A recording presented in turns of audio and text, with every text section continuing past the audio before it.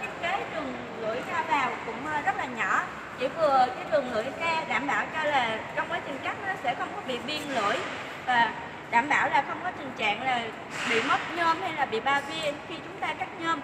Và máy vẫn được đó là thiết kế 3 bích tông kẹp để giữ cố định thanh nhôm trong quá trình chúng ta cắt.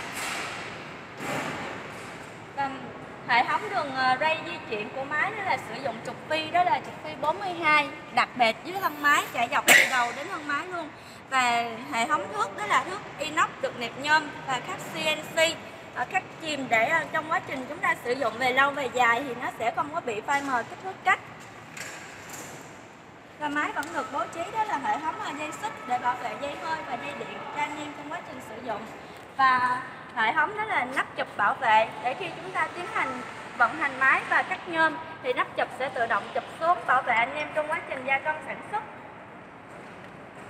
Và anh em có thể là quan sát thân máy được sơn hoàn toàn đó là sơn tĩnh điện 2 lớp và chống rỉ, chống bong tróc, và hệ thống thân máy thì được thiết kế cũng là to hơn so với những cái bản 09S trên thị trường, cũng như là to hơn so với những cái bản 08. Thì sau đây em sẽ đo cho anh em có thể là quan sát được cái kích thước của cái thân bệ máy. Chiều rộng của nó là rộng khoảng đó là 65 phân, rộng hơn hẳn những cái dòng sản phẩm ở bên ngoài đó là 10 phân. Thì điều này là đảm bảo cho cái dòng máy này khi chúng ta cắt thì nó sẽ rất là đầm máy và không có bị rung lắc.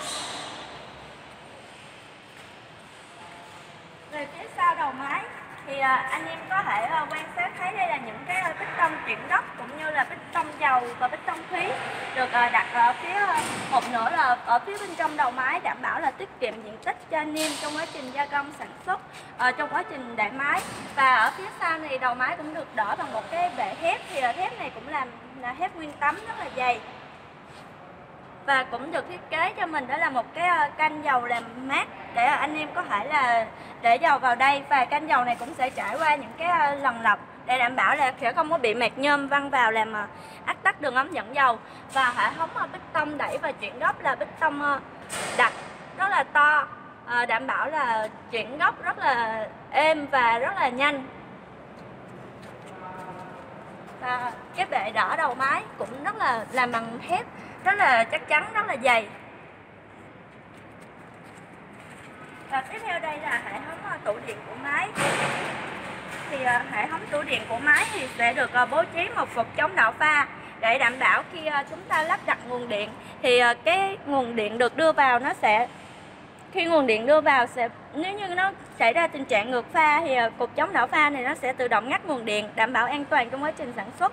Và bên cạnh đó thì máy còn được lắp một cầu chì và một automat tổng và những cục khởi động từ và để hoạt động, để cho máy được hoạt động ổn định. Và bên cạnh đó thì còn có hệ thống hơi và hệ thống điện được tách biệt, riêng biệt hoàn toàn để đảm bảo là sẽ không bị nhiễm điện, nhiễm từ. Và hệ thống hơi cũng được bố trí rất là gọn. Thì dây điện ở bên công ty chúng tôi đó là dây điện hoàn toàn bằng lõi đồng, đảm bảo 100% cho anh em, không có bất kỳ lõi nhôm hoặc là những cái lõi khác xen vào. Và máy còn được tích hợp những cái timer để điều chỉnh lượng dầu phun vào làm mát cho lưỡi, để đảm bảo là tiết kiệm dầu trong quá trình chúng ta sản xuất, và lượng dầu sẽ không có bị tràn ra ngoài để làm dơ đầu máy của chúng ta.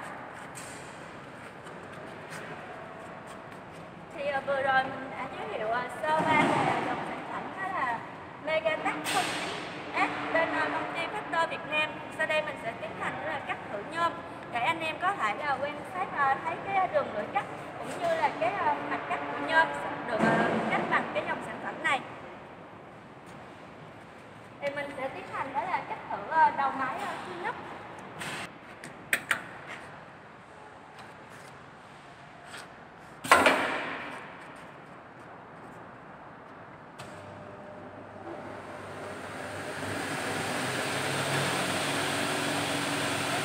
Khởi động rất là êm, rất là đầm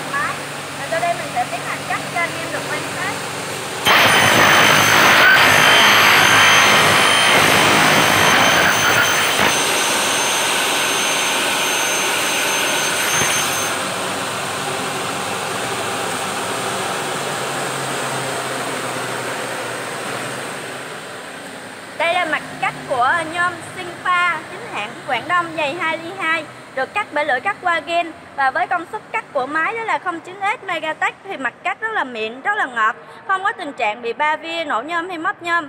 Và đây là lưỡi cắt chưa được phun dầu làm mát. Thì anh em có thể nhìn xem lưỡi cắt rất là mịn luôn.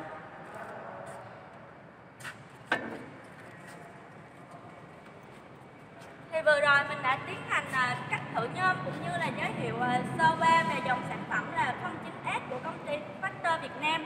Thì nếu như anh em nào có nhu cầu về sản phẩm thì hãy liên lạc trực tiếp với số điện thoại phía bên trên màn hình, hoặc là đến một trong hai cơ sở chính của công ty chúng tôi tại miền Bắc ở Bến Xe, Nghĩa, Hà Đông, Hà Nội. Miền Nam đó là ở đối diện cổng khu công nghệ cao quận 9 để có thể là trực tiếp test máy và cũng như là tham khảo thêm về những cái dòng máy khác của công ty Factor Việt Nam. Thì cảm ơn anh em đã bất chút thời gian ra theo dõi video của mình. Anh em hãy ấn nút like và đăng ký kênh để đón xem nhiều video mới hơn nhé. Xin cảm ơn anh em. Xin chào và hẹn gặp lại.